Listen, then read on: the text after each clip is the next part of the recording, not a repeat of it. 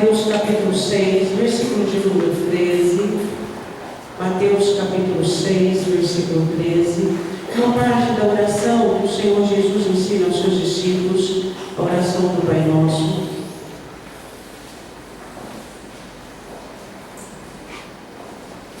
Mateus 6, 13. Amém? Todos abriram? A palavra do Senhor diz assim: e não nos conduzas à tentação, mas livra-nos do mal, porque teu é o reino, o poder e a glória para sempre. Amém. Podemos nos sentar. Você já diversas vezes leu este versículo e já fez essa oração, e eu gostaria de perguntar qual é a sua interpretação sobre aquilo que o Senhor Jesus diz que nós temos que pedir ao Pai: não nos conduza à tentação. O que você entende disso? O que é você orar a Deus e pedir: Senhor, não me conduza à tentação? Será que Deus é um Deus que nos leva a um lugar, a uma esfera, a uma situação, aonde ali nós seremos tentados ou agredidos com algo do mal? Será que Deus, Ele proporciona uma situação onde nós ali vamos ser colocados em situações das quais nós não damos conta, situações das quais nós vamos ser vencidos? É isso que quer dizer? Muitas pessoas passam batido por este versículo, não entendem e não procuram entender. Agora, qual é a questão no qual Jesus ensina os discípulos na oração do Pai Nosso, caminhando em todas as esferas de necessidades humanas, até mesmo do pão de cada dia? Ele fala sobre o livramento do mal. Nós sabemos que após o pecado, o mal entrou no homem e imperou no mundo. No meio do pecado, o mal criou-se o seu império. Nós vivemos num mundo que jaz no maligno. Temos dentro de nós uma natureza caída, a velha criatura, o velho eu, que por muitas vezes, por falta de vida espiritual, esse velho eu se manifesta. Temos um inimigo que ele é um inimigo, não é um inimigo como qualquer outro inimigo, é alguém de uma esfera espiritual, não é um inimigo humano. Então você percebe as situações das quais nós vivemos. Nós vivemos num mundo que jaz no maligno. Nós temos dentro de nós uma natureza caída que precisa ser vigiada a todo tempo. E além de tudo isso, nós temos um inimigo que é um inimigo espiritual, um inimigo da nossa alma.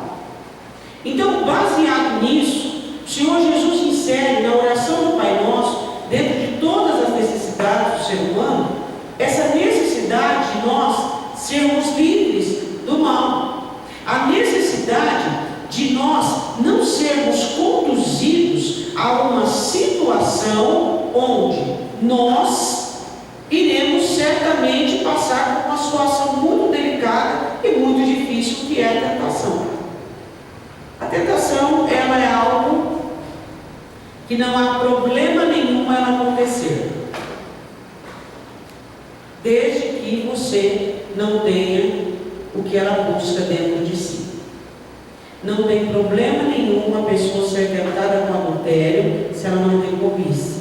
Não tem problema nenhum se uma pessoa for tentada com roubo se ela não é uma pessoa ladra, cobiçosa. Não tem problema nenhum uma pessoa ser tentada com ascensão alheia se ela não tem inveja. A tentação não é um problema. Não há problema em tentação. O problema na tentação é que ela ativa o que existe dentro de você. É igual o imã. O imã não tem duas partes. De uma parte ele atrai fé, e da outra parte ele repele. Então, a tentação é assim: se houver dentro de você o objeto do desejado da tentação, vai trair. Se não houver, repete. Então a tentação não é o problema. Mas o Senhor Jesus ensina na oração que nós devemos orar e dizermos: Pai, não nos conduza à tentação, livrai-nos do mal. Vamos analisar isso. Deus não tenta ninguém. Deus ajuda a não sermos conduzidos à tentação por meio da soberania dele sobre as trevas.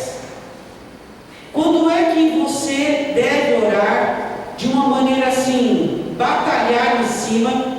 Quando você precisa orar e muito para que você não entre em tentação. Quando você está fragilizado. Quando seu casamento não vai bem, você deve orar: Senhor, não me conduza à tentação, não permita, livra-me do mal, impeça Satanás, não permita.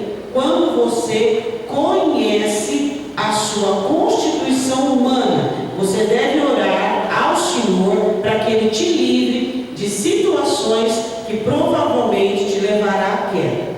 Quando Jesus diz: Pai, não nos conduza à tentação, e nós devemos orar, Ele estava dizendo: vocês precisam conhecer a constituição de vocês, a fraqueza da época, da moda. Como a fraqueza da moda? Cada época você está fragilizado no contexto da sua vida, no contexto da sua alma. Casamento vai mal, está carente? Senhor, me livra da tentação do adultério. A vida financeira está mal? Senhor, me livra da avareza, me livra do apego, me livra dos deslizes, me livra dos bancos, me livra dos credores. Então nós precisamos conhecer a nossa constituição para orar a Deus, e não de uma maneira aleatória, mas dizendo: Senhor, me livra, não me conduza a uma tentação agora, porque eu não estou bem. Eu não estou bem nessa área. Então não permita. Faça uso da sua soberania e poupa-me. Isto é um favor que Jesus estava nos ensinando em pedir ao Pai. Senhor, usa da sua soberania e não permita que Satanás me tente agora, porque eu estou fraco, eu estou frágil. Então, quando ele diz que nós temos que orar neste âmbito, você precisa conhecer agora qual é a área da sua vida que está fragilizada e colocar uma oração preventiva em cima disso, vacinar aquela área da sua vida, dizer: Senhor, não me conduza, não me leve agora, mais para frente o Senhor pode até permitir que esse inimigo venha, porque eu vou ter força, eu vou fazer uso do escape, eu vou estar limpo, eu não vou cair, mas neste momento eu te peço que o Senhor me livre. Davi orou assim? Não. Sansão orou assim? Não. Por quê? Porque eles não identificaram as áreas frágeis da vida deles. Existem áreas na sua vida que elas estão frágeis naquele momento. Você precisa identificar qual é a área frágil da sua vida neste momento. Pastora, como eu faço isso? Analise qual é a área que está fazendo você sofrer. Analise qual é a área que está ocupando o seu pensamento, ocupando as suas atividades, que atingiu você. Observe os dardos do inimigo. Observe onde está o foco da sua preocupação. Estude você. Seja pós-graduado em ti mesmo. Diga isso para o seu irmão. Tem gente que não sabe nem responder quem ele é. Imagina ser pós-graduado. Seja pós-graduado em ti mesmo. Você tem que saber qual é a área da sua vida neste momento que está fragilizada. Como que você vai observar? Observe os sinais. Observe sua preocupação. Observe no que você está envolvido. Observe o que está passando. Observe os dardos do inimigo. Observe a infiltração do inimigo. Observe o que ele está manipulando. Você recebe sinais. E aí, através desses sinais, você vê o quê? Que você está fragilizado nesta área. Então você tem que orar: Senhor, usa o teu poder, usa a sua soberania e não permita neste momento que eu seja tentado, porque eu vou cair. O Senhor Jesus estava ensinando os discípulos a uma oração preventiva para não cair. O casamento está mal, está naquela mornidão. O irmão e a irmã está carente. Tá.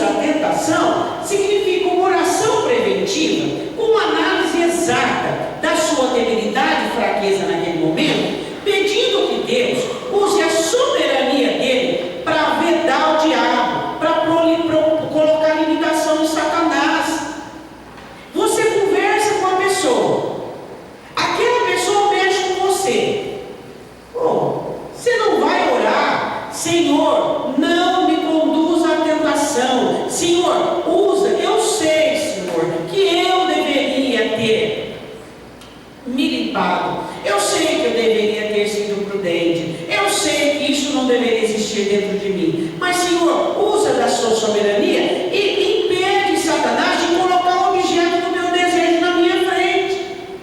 Então Jesus coloca essa oração era a final de tudo. Por quê? Porque ela é uma oração, Pai Nosso, crescente. Depois que você passou por todos os estágios, você precisa entender a constituição da sua alma e analisar o que você está naquele momento vulnerável, o que você está com probabilidade de chuva, de queda. Você não conhece a probabilidade de chuva? Você não sabe a meteorologia da sua vida? Saber o que você está correndo risco, o que está acontecendo, corra para o Senhor. Percebeu alguma coisa diferente em você? Corra para Deus. Percebeu uma coisa levantando? Corra, roga ao Senhor. Senhor, não me leva agora na tentação, porque eu vou cair. Espera um pouquinho, eu vou correr atrás do prejuízo, eu vou orar, eu vou me santificar, eu vou colocar minha vida no Senhor, eu vou me limpar. Então tudo bem, porque a tentação não é problema nenhum. É a mesma coisa, você não gosta de um legume chamado jiló, e aí coloca o jiló na sua frente, vai ter alguma tentação? Não. E aí? A tentação não é um problema. Existir adultério, existir fornicação, existir pecados, isso existe. A questão é que não pode existir dentro de nós essa constituição para o pecado. Então, quando Jesus ele diz, o homem é frágil, o homem é fraco. Então ele tem que pedir, Senhor, usa da sua soberania e não permita que Satanás faça algo que vai me derrubar. Você tem orado assim? Senhor, não me conduza à tentação, não permita, Pai, não permita. Usa da sua soberania, veda o diabo, impede ele, amarra Satanás, para que eu não seja colocado numa situação que eu não vou dar conta. Vou continuar. João, existem 3 maneiras de você se livrar da tentação. 3. João capítulo 15. Jesus fala sobre a limpeza. Tem que estar limpo. E é a palavra que limpa. A palavra vem e limpa. João capítulo 15, versículo 1. Jesus diz: eu sou a videira verdadeira e meu Pai é o lavrador. Toda vara em mim que dá fruto, o que ele faz? Ele diz: toda vara em mim que não dá fruto, tira. Mas e limpa toda aquela que dá fruto, para quê? Agora versículo 3. Vós, a palavra, ela vem dentro de nós, trabalhando com a ação espiritual para nos limpar dos nossos males. A palavra nos limpa, ela muda, ela transforma, ela vem trabalhando para a nossa edificação. Então nós precisamos da palavra de Deus para que nós sejamos limpos do mal. Então a primeira maneira de nós trabalharmos para não cairmos em tentação é pelo poder da palavra. A palavra é quem vai limpar. Hoje em dia as pessoas não querem saber da palavra de Deus, né? Hoje em dia elas querem saber daquilo que Deus tem para oferecer para elas. Segunda situação, 1 Coríntios 10, vamos lá. 1 Coríntios capítulo 10, versículo de número 12. O apóstolo Paulo, preocupado com uma autossegurança nociva, onde o crente não tem noção do que pode acontecer com ele.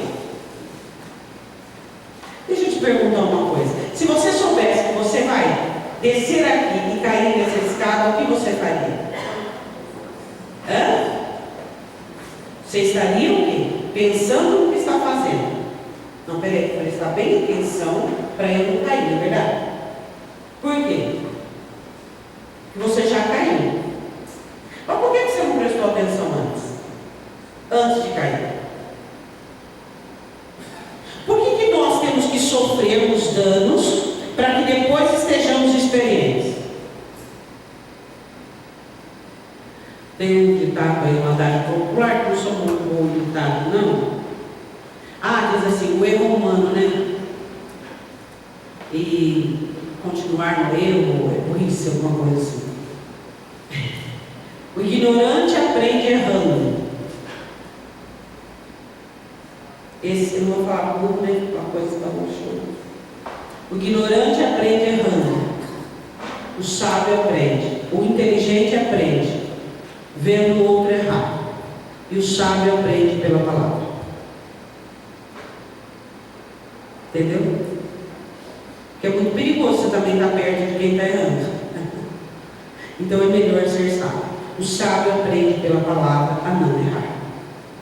Então o nosso objetivo é não errar. Este é o meu objetivo e o seu objetivo. Quando Jesus diz não nos conduz à tentação, ele estava falando para os discípulos para eles ficarem preocupados em não errar. A preocupação deles em não cometer erros deveria ser tamanha, deveria ser tanta, que eles deveriam se preocupar até mesmo com aquilo que não havia se exteriorizado, aquilo que houvesse dentro deles que precisava ter cuidado, e o planejamento para não se tornar pecado. Qual é o planejamento que você tem para as suas fraquezas, para que elas não se tornem pecado? Porque elas vão se tornar pecado. Amanhã, o ano que vem, elas vão ser causa da sua queda. Sua fraqueza hoje é sua queda amanhã. Qual é o planejamento que você tem para que a sua fraqueza não se torne objeto de pecado, de queda? Você tem um planejamento para eliminar, um planejamento para exterminar, um planejamento para que sua alma não seja uma alma que seja uma alma hospitaleira para isso, mas inóspita para o mal? Ou será que você convive com o mal, com o erro, de uma maneira tão natural? Com as fraquezas de uma maneira tão natural? Será que nós nos acomodamos nas nossas fraquezas de tal maneira que não temos um planejamento para eliminar? Quem não tem planejamento para eliminar a fraqueza, vai ter que ter planejamento para levantar depois da queda, para aguentar a consequência. Aguentar a consequência, meu irmão, não é fácil não. Existem vários exemplos na Bíblia de pessoas que não suportaram a consequência. Um deles foi Davi.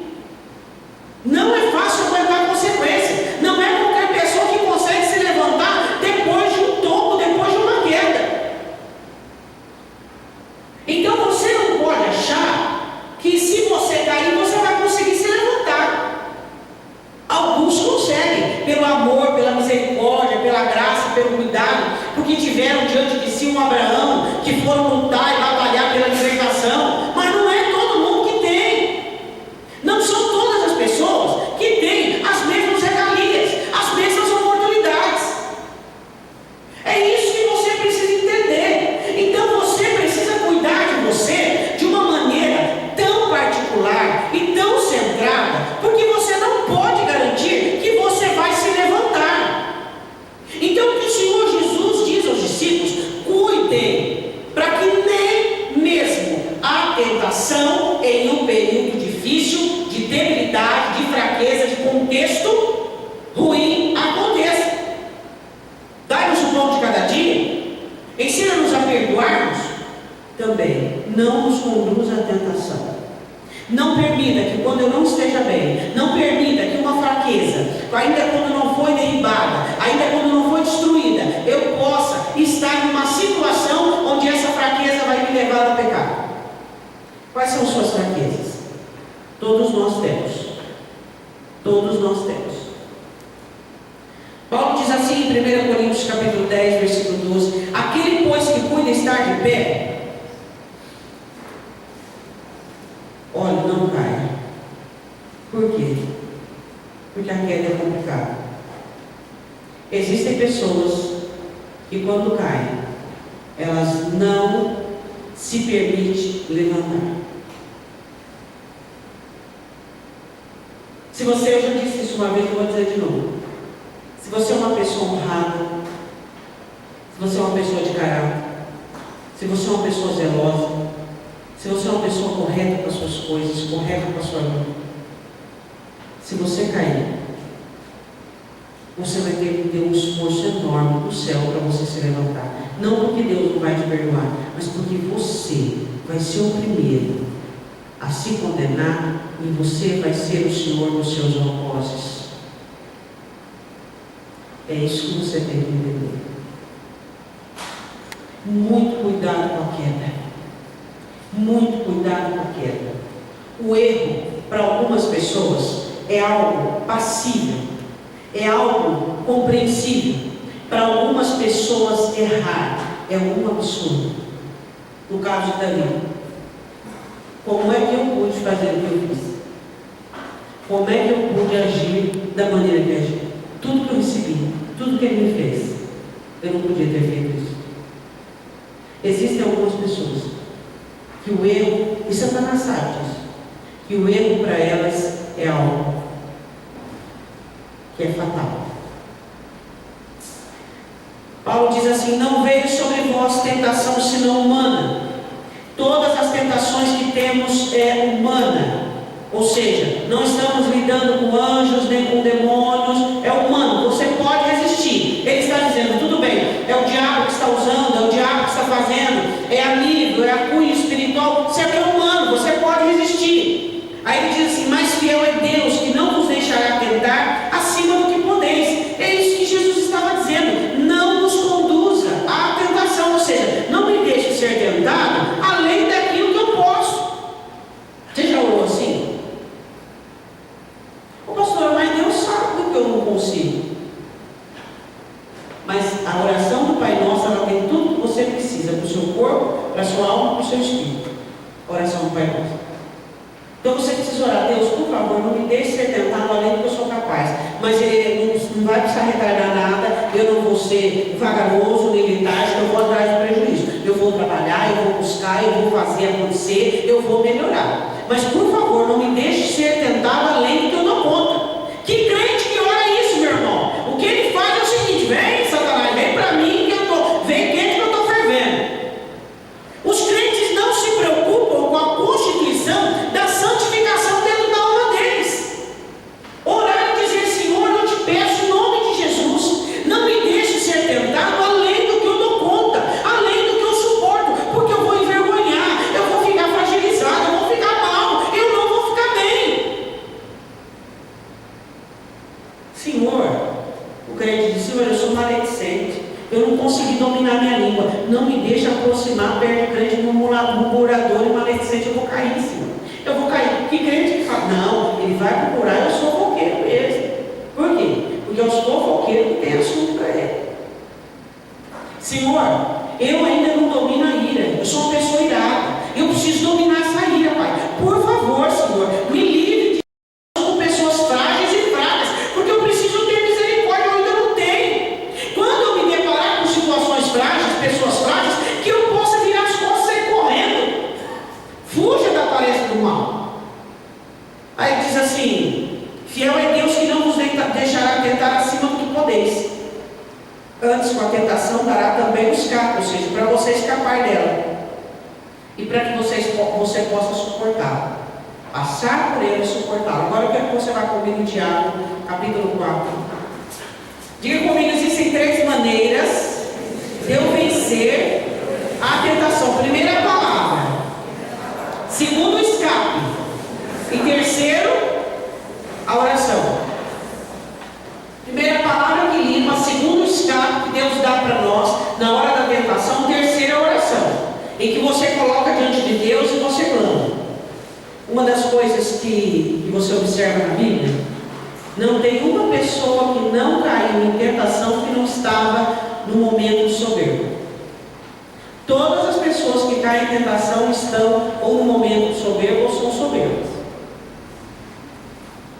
Todas. Não existe uma pessoa que cai sem estar no momento soberbo. A soberba é o pior demônio que pode existir na sua vida e na minha.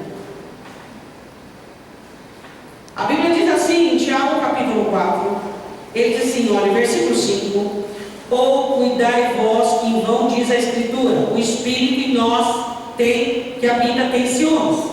Ou seja, não servir a 2 senhores, não sejam adúlteros, não sejam amigos do mundo. Aí ele diz no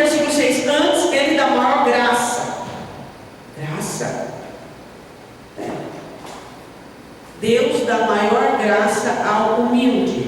Aí ele diz assim: portanto, diz, Deus resiste aos soberbos, mas dá graça aos. Responde para o senhor o que é graça. Responde para ele. Aí tem aqueles a favor imerecido. Você respondeu o favor imerecido? Fala assim: meu irmão, está na hora de você trocar esse negócio aí. Até pilha de relógio a gente troca, na verdade. O que é graça?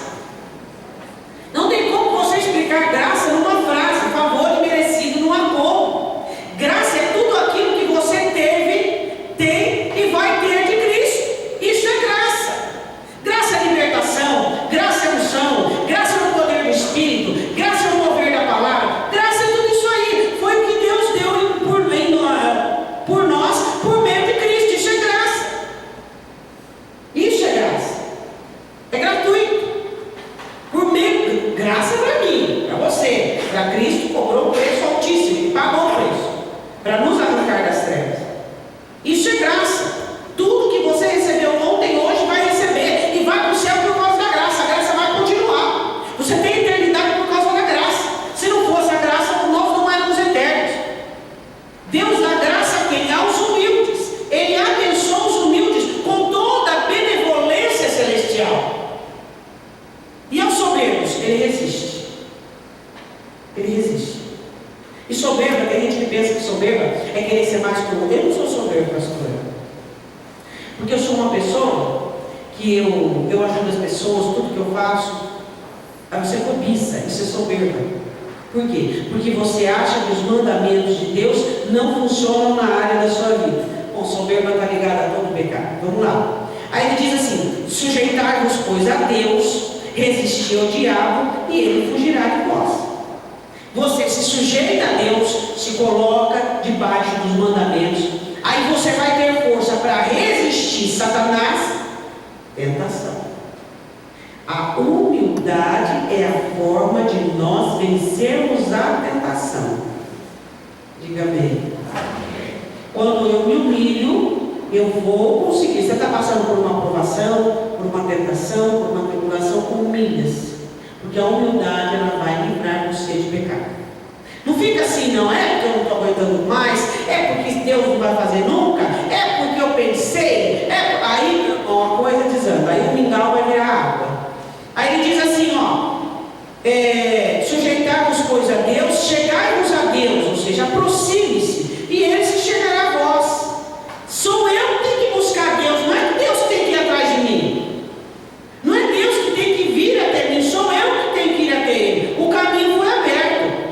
Aí ele diz assim: limpai as mãos pecadores e vós de todo ânimo, purificai os vossos corações. Ou seja, serve a Deus e serve ao diabo, serve a Deus e serve ao diabo. Depois ele diz assim: senti as vossas misérias.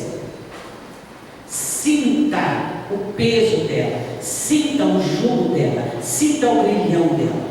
Lamente, chore, converta a vossa alegria em tristeza, o vosso riso em pranto. Por quê? Porque por causa das suas misérias.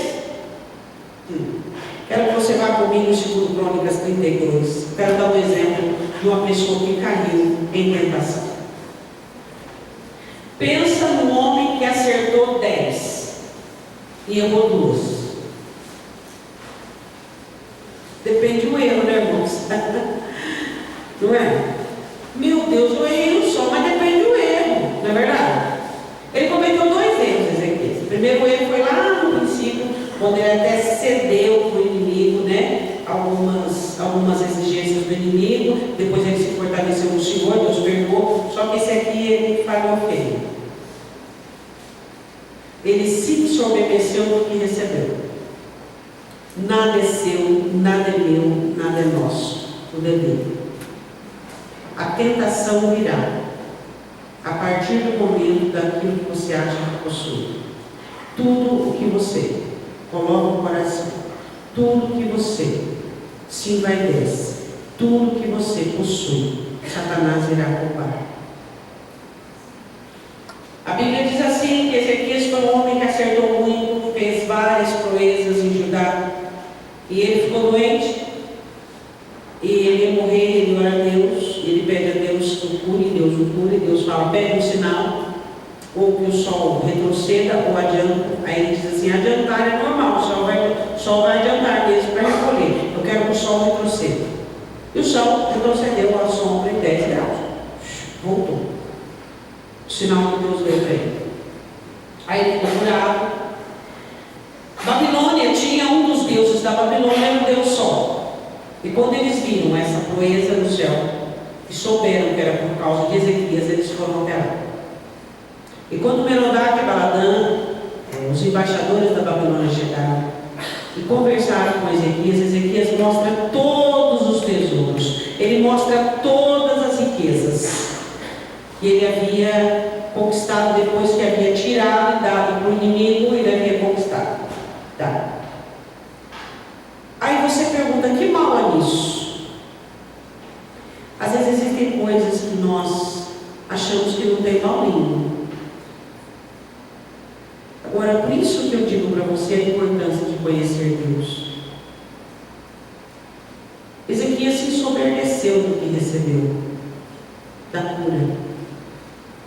Teve um homem por trás, na frente de Ezequias, chamado Isaías, que tudo que Ezequias ia fazer, ele chamava Isaías e falava com Isaías. Tudo. Isaías era um profeta na vida de Ezequias. Quando os embaixadores chegam, ele não chama Isaías. Isaías era um homem que ia poder impedir ele de errar, de falhar. Mas como ele estava no momento de ascensão, no momento de potencialização, no momento de soberba, era para morrer uma alegria enorme. Ele achou que não precisava do profeta. E ele recebeu.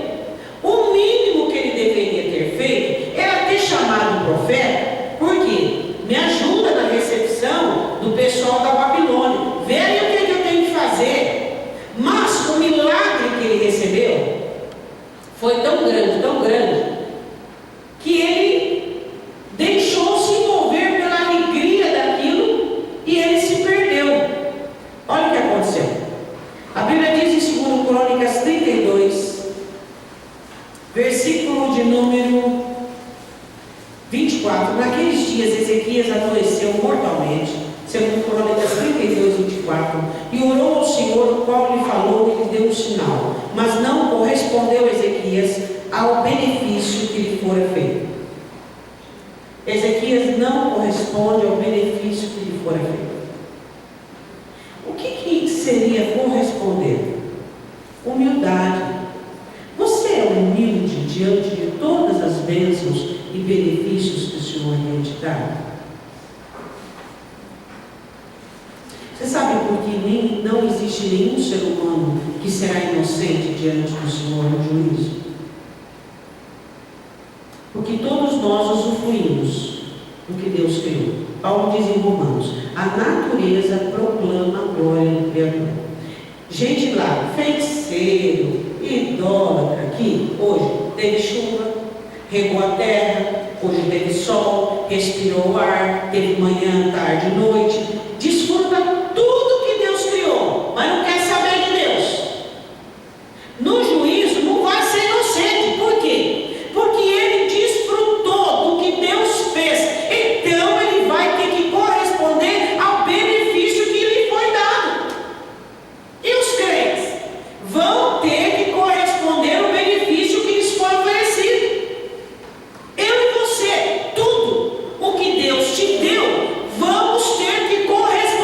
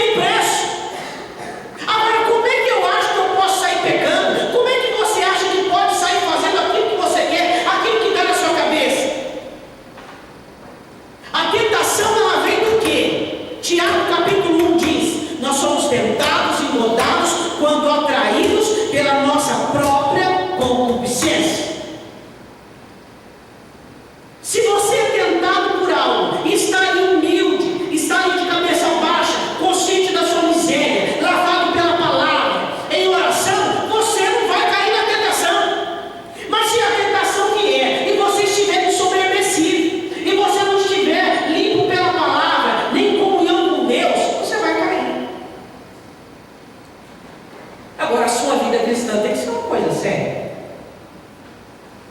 O que acontece com pessoas que caem no mesmo erro várias vezes? O diabo já dominou aquela área. E não adianta ele fingir que não aconteceu, e não adianta ele pedir perdão, e não, ele tem que tratar, porque ele é um doente. Quando é que você é doente numa área? É quando aquela área tem algo ruim que domina você. Isso é uma doença espiritual. Quando o profeta Isaías escreve, porque ele curou as nossas enfermidades e sarou, a palavra sarado significa cura espiritual. Levou as nossas enfermidades e sarou.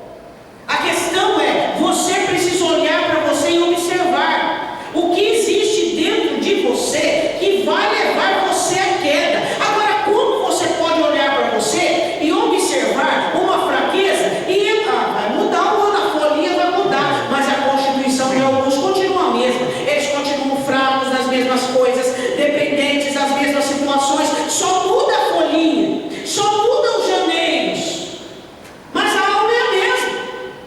Você não se preocupa, você não tem planejamento para melhorar, para mudar, para consertar. Por que você tem que continuar sendo essa mesma pessoa, ansiosa, desequilibrada, irada, com todos esses defeitos que você tem, essa galeria de iniquidade da sua alma? O diabo vai fazer uso de todas elas, uma a uma. Corresponda aos benefícios que te foi feito. Corresponda. Vai atrás do seu lucro. Vai atrás. Olha para o seu irmão e diga assim: você recebeu o bônus. Agora devolva o ônus.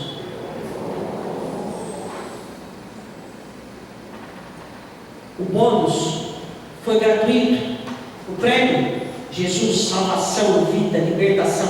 O ônus ninguém quer. Responsabilidade, compromisso, oração, ninguém quer. Ninguém quer. Ninguém quer ser compromissado. Ninguém quer devolver aquilo que tem que ser de Deus.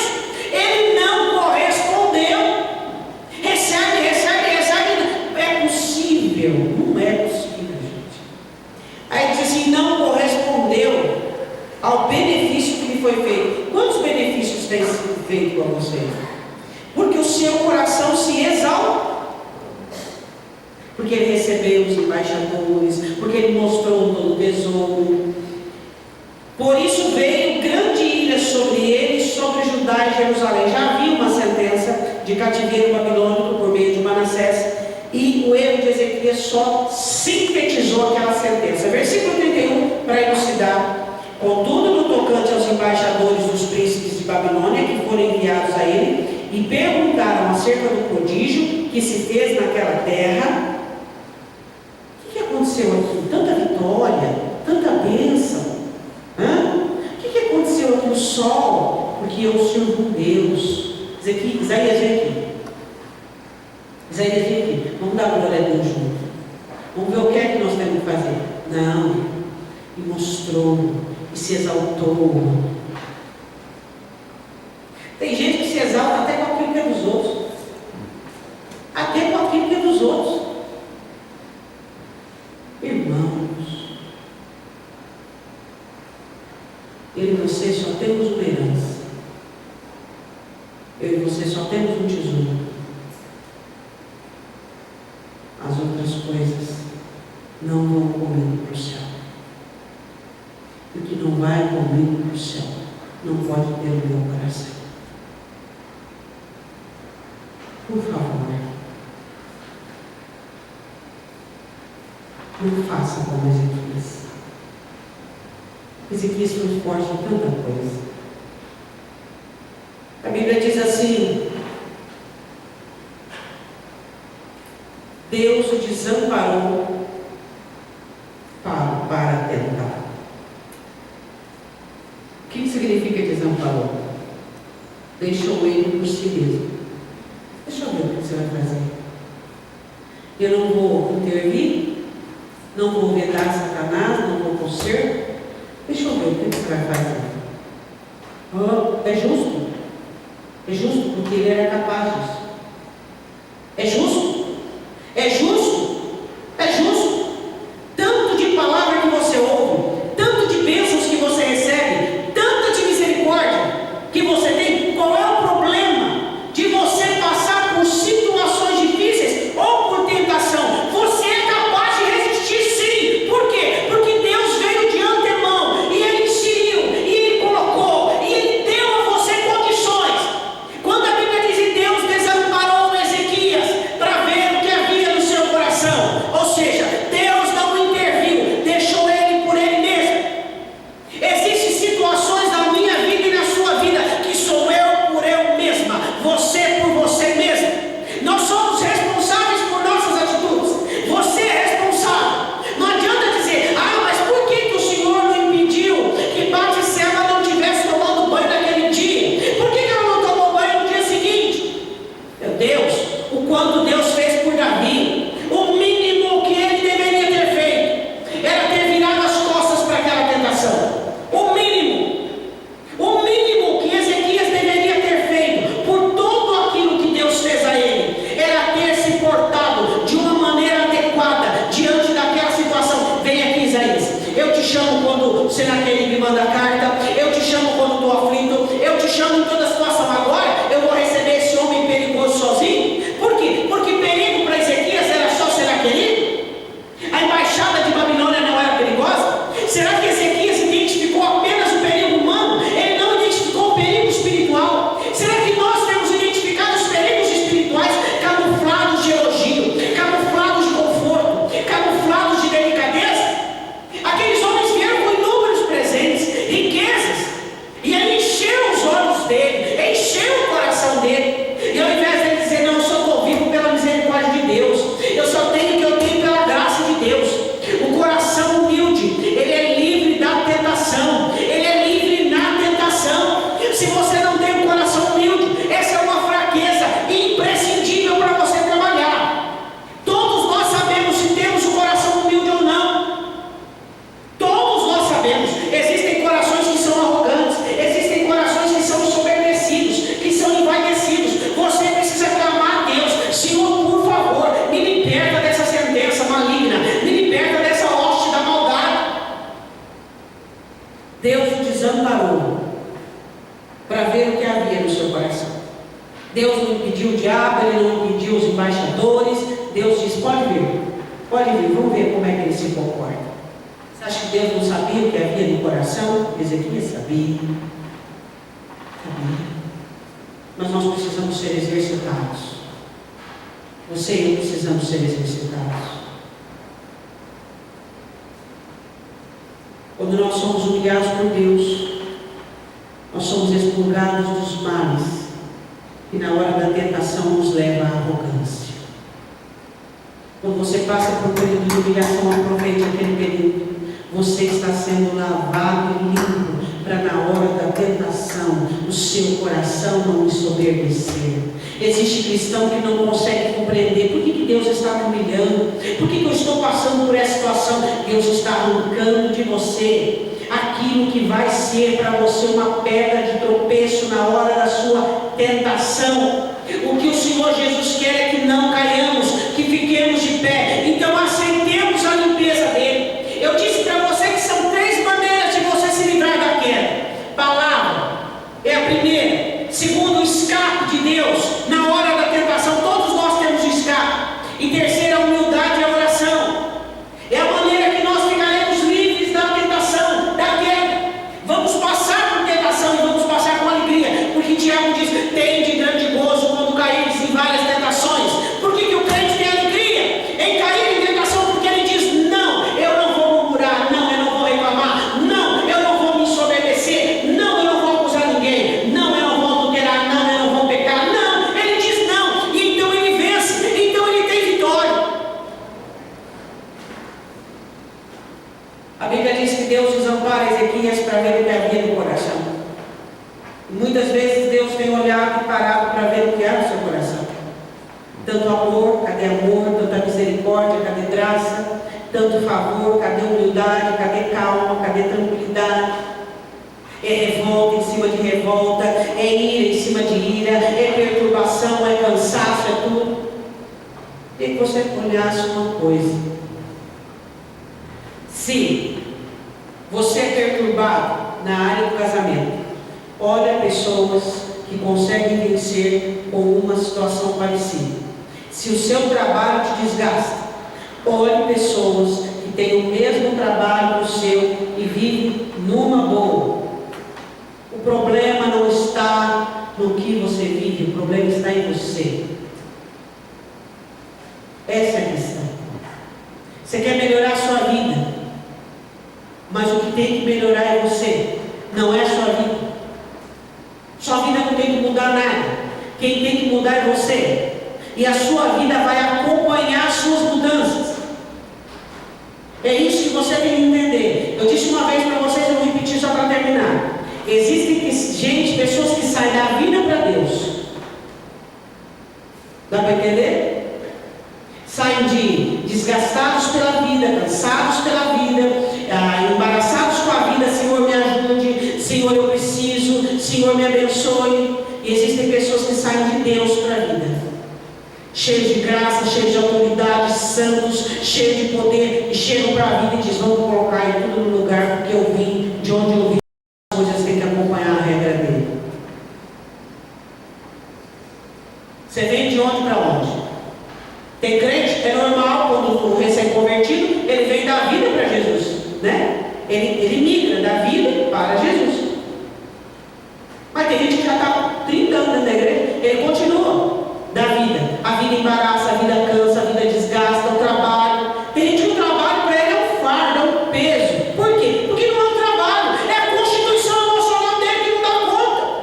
Não é o seu trabalho que é problema, não é o seu casamento que é problema. Por que você está caindo em tentação? Porque dentro de você está tudo mal. Mas aquilo que eu disse no começo, cadê o seu planejamento para mudar? Cadê o seu planejamento para se consertar? Existe algum planejamento? Tem gente que diz: pastora, eu já tentei de tudo e não mudei. Cadê planejamento? Se não tem planejamento, não vai ter mudança. Se não tem planejamento, não vai ter mudança. Observe a vida de Davi, de quem ele era, do que ele se tornou. Planejamento. A vida de cada um que teve sucesso. Planejamento. Você tem que ter um planejamento para você poder mudar. Sem planejamento, você não muda. Qual é o planejamento que você tem imediato? O que você diz? Chega, nunca mais. Parou, acabou. Não tem planejamento. Não tem planejamento. Qual é o planejamento de imediato que você diz: a partir de agora eu vou começar a fazer isso? É uma coisa pequena, mas é muito significante. Cadê o planejamento? Vai empurrando com a barriga, vai deixando que tá como fica, não fica, vai ficar pior. Não vai ficar como está, vai ficar pior, porque não tem planejamento de mudança. Eu comecei essa mensagem falando que o Senhor Jesus, na oração do Pai Nosso, diz: não nos conduz à tentação. Quando você tem uma fraqueza, tem uma debilidade, você tem que orar a Deus e dizer: Senhor, não permita que eu passe por essa situação, porque eu estou atrasado, porque eu não sou capaz de ficar de pé, eu não estou correspondendo aos seus benefícios, mas eu vou correr atrás do prejuízo. Analise você, vê se você tem condições de estar passando pelo que está passando. O Senhor é tão cuidadoso conosco. Na aprovação existe todo esse cuidado. Eu só entro numa aprovação, essa é uma das diferenças da tentação da aprovação. Eu só entro numa aprovação para ser aprovado. Quando o Senhor me coloca numa aprovação, Ele já trabalhou de antemão para a aprovação. Agora a tentação não. O que me leva à tentação são os males do meu coração. Eu queria pedir que você fechasse os seus olhos.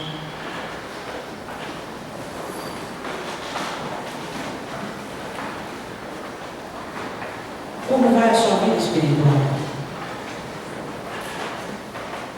Como vai o zelo seu e dedicação com respeito às suas fraquezas? Quem sabe você chegou aqui hoje meio desanimado, meio cansado. Quem sabe você está buscando combustível do lado de fora. Você quer que alguma coisa nova aconteça com você. Mas uma coisa nova tem que acontecer em você. Quando coisas novas acontecem em nós,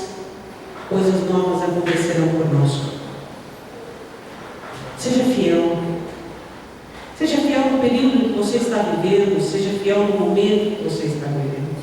Estamos vivendo tempos difíceis, tempos em que o Espírito Santo de Deus não tem sido buscado, tempos em que o Espírito Santo de Deus tem sido ignorado. O Espírito Santo é seu paracleto, o Espírito Santo é seu amigo. Ele é aquele que intercede diante de Deus pelas suas fraquezas. Se você é inseguro, se você é débil, frágil, se você é revoltado, se você é do jeito que você é e você está cansado, você precisa buscar mudança. É uma noite de mudança. É uma noite de mudança. Quantos atritos nos relacionamentos porque as pessoas continuam as mesmas. Você fica buscando mudança no outro, quem tem que mudar é você. A mudança deve vir de você e não dos outros. Jesus disse: Pai, não nos conduza à tentação, livra-nos do mal. Quem sabe você reconhece uma fraqueza, uma debilidade, você faz essa oração nesta noite: Senhor, por favor, usa da tua soberania, usa o teu poder, para que o Senhor impeça Satanás de me tentar nessa área. Porque eu reconheço que eu ainda sou frágil, tenho brechas. Mas eu vou corresponder ao teu favor, Senhor. Cuidado com as tentações. Elas vêm de uma maneira camuflada, de uma maneira sorrateira. Elas vêm falando a favor do que você sente. Cuidado com as tentações. Cuidado. Não cai em tentação. Não cai. Paulo disse que nós temos que fazer de tudo para resistirmos no dia mau. Esteja preparado. Esteja preparado para o dia mau. Esteja preparado. Não permita que a vida te pegue de surpresa. Seja consciente. Seja consciente. O que você tem feito pela sua vida espiritual repercute diretamente no seu trabalho para Deus.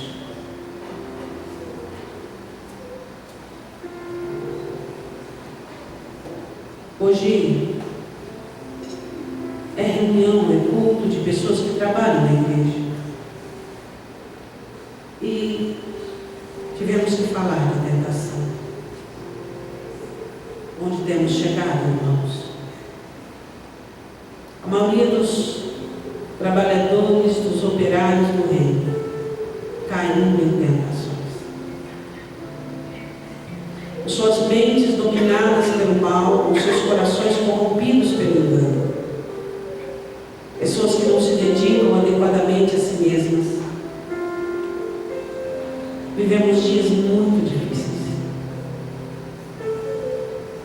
Dias tenebrosos. Dias em que as pessoas pouco se importam do que são feitas e o que trazem dentro de si. Um dia de reunião de trabalhadores, temos que falar sobre tentação. Hoje, passar a limpo a mensagem de hoje, voltadas para operários. O Espírito Santo, isso com muita tristeza no meu coração, muda a mensagem. E eu não fiquei feliz ao ter a mudança dessa mensagem.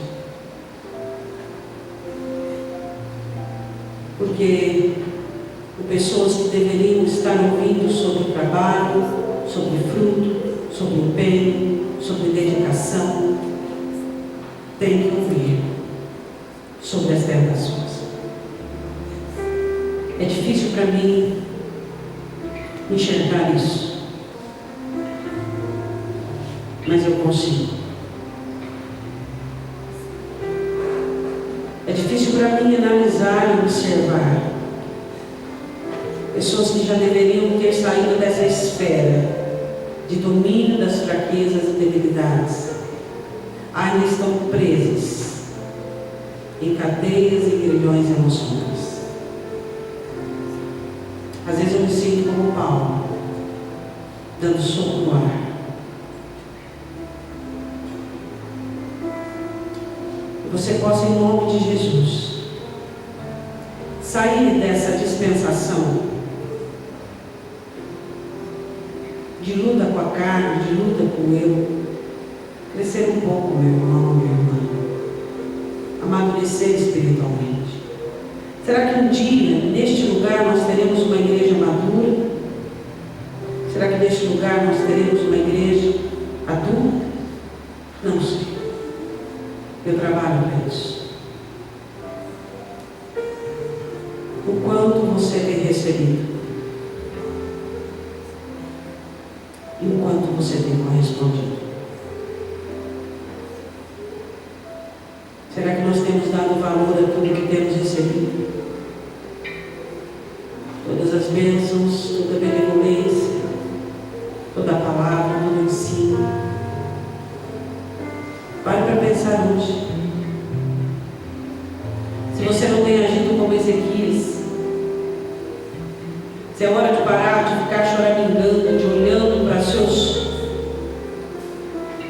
fetiches, de ser tão dolorido, de ser tão frágil e amadurecer, e ser alguém que o reino possa contar.